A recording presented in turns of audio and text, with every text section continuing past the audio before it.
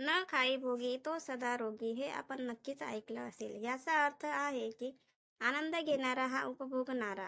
भोगी हा सण मकर संक्रांतीच्या आदल्या दिवशी साजरा करतात। भोगी हा उपभोगाचा सण आहे। या दिवशी काय करतात हे आपण सविस्तर जाणून घेऊया।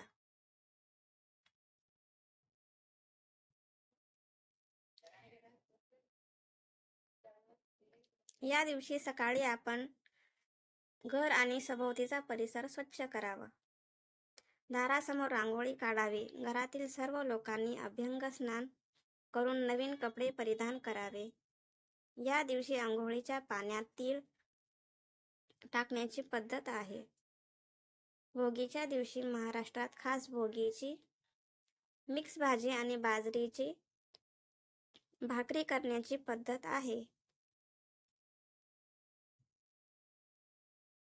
या दिवशी तीळ लावलेली बाजरीची भाकरी, लोणी, पापड, वांग्याचे भरीत, चटणी आणि खमंग खिचडी करण्याची परंपरा आहे। पौष पौर्णिमा 13 जानेवारीला आहे। मकर संक्रांत पौष महिन्यात बाजरीची भाकरी केली जाते। पौष पौर्णिमेचे धार्मिक महत्त्व आहे। याच दिवशी प्रयागराजमध्येही महाकुंभ सुरू होत आहे। हिंदी स्नान आणि दान विशेषतः पौष पौर्णिमेच्या सकाळी केले जाते। जाणून घेऊया पौष पौर्णिमेला कोणते काम केले जाऊ शकते। पौष पौर्णिमा आणि मकर संक्रांतीच्या दिवशी भाविक गंगा, यमुना, नर्मदा, शिप्रा या पवित्र नद्यांमध्ये स्नान करतात।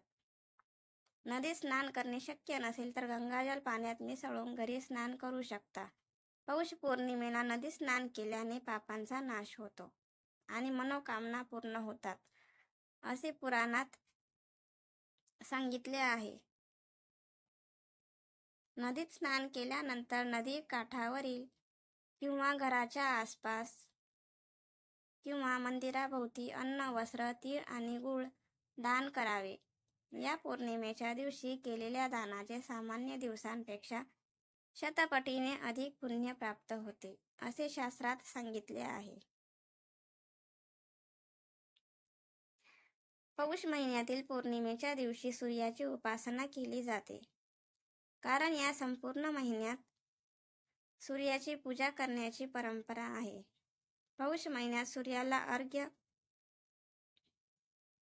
अर्पण करावे, यासाठी तांब्याचे भांडे वापरावे आणि ओम सूर्याय नमः म्हणत सूर्याला जल अर्पण करावे। विष्णू पुराण आणि ब्रह्मवैवर्त पुराणात असे लिहिले आहे की सूर्याची उपासना केल्याने भक्ताला सुख, शांती आणि यश प्राप्त होते। पौष पौर्णिमेला वेळेनुसार शास्त्राचे पठण करा, मंत्रांचा जप करा, संतांची कथा ऐका। पौर्णिमेच्या दिवशी भगवान शिवाचा विशेष अभिषेक करावा। शिवलिंगाला जल, दूध आणि पंचामृत अर्पण करा। पौर्णिमेच्या संध्याकाळी चंद्रोदय झाल्यावर चंद्रदेवाला दूध आणि जल अर्घ्य द्यावे। यासाठी चांदीचा किंवा मातीचा कलश वापरावा। अर्घ्य अर्पण करताना ओम सोमाय नमः या मंत्राचा जप करावा।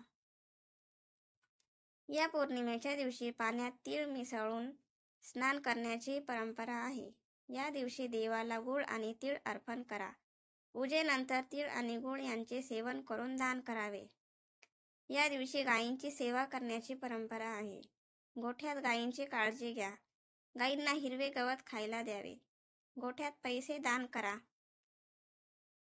आजचा व्हिडिओ तुम्हाला कसा वाटला कमेंटमध्ये नक्की सांगा आणि व्हिडिओ आवडल्यास व्हिडिओला लाईक आणि चॅनलला सबस्क्राईब करायला विसरू नका। व्हिडिओ पूर्ण बघितल्याबद्दल धन्यवाद।